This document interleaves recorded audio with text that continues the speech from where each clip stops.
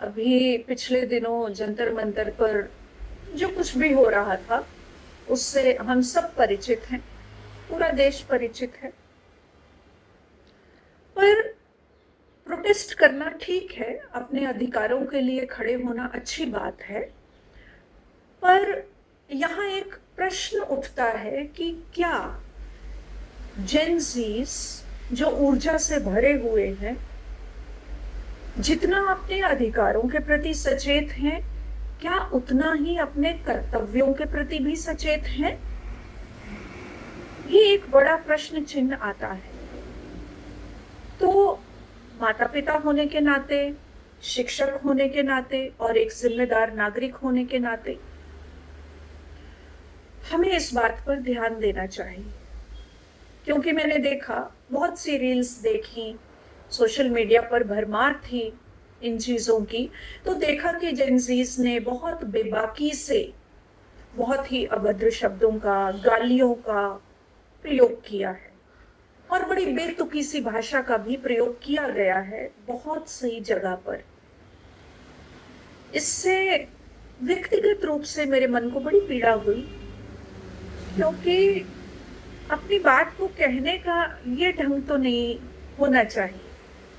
अगर आप एक युवा हैं, देश का भविष्य हैं, तो क्या आप इन गालियों और बेतुकी बातों के माध्यम से अपनी बात को या अपनी संस्कृति को या अपने देश की गरिमा को विश्व मंच तक ले जा पाएंगे?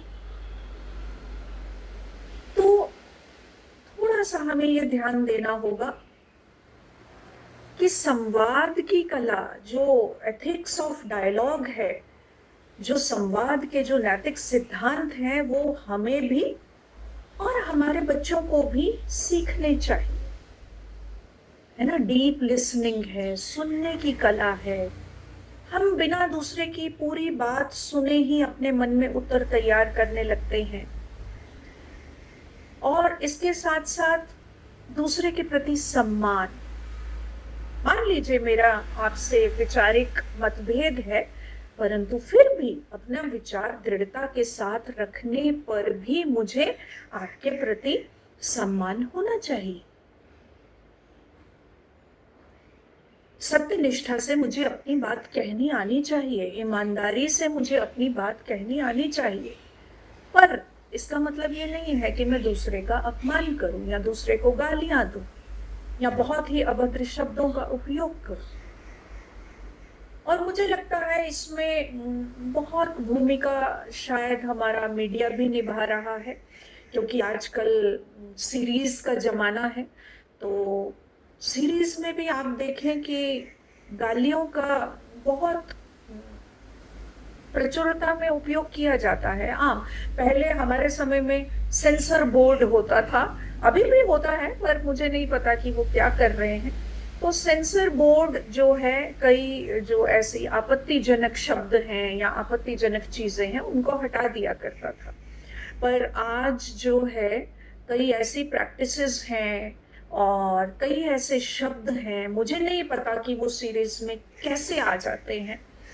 और क्योंकि मीडिया जो है या मूवीज हैं या सीरीज हैं, ये समाज का दर्पण होती हैं। समाज में जो भी चल रहा होता है वही मूवीज में दिखाया जाता है। और सोशियोलॉजी में ये बात आती है कि सोशल चेंज जो होता है कभी कभी सडन मूवीज के माध्यम से, क्योंकि मूवीज एक बहुत बड़ा रोल प्ले करती हैं, मीडिया समाज का सशक्त स्तंभ है। तो कभी कभी किसी पिक्चर के माध्यम से, किसी एक्टर या एक्ट्रेस के माध्यम से कभी कभी कोई बात एकदम से समाज में रातों रात चल पड़ती है, फेमस हो जाती है। तो हमारे युवा मूवीज को कॉपी करते हैं, हमारे हीरोज को कॉपी करते हैं। तो यहाँ मीडिया का एक बहुत बड़ा रोल हो जाता है कि हम क्या चीजें प्रदर्शित कर रहे हैं।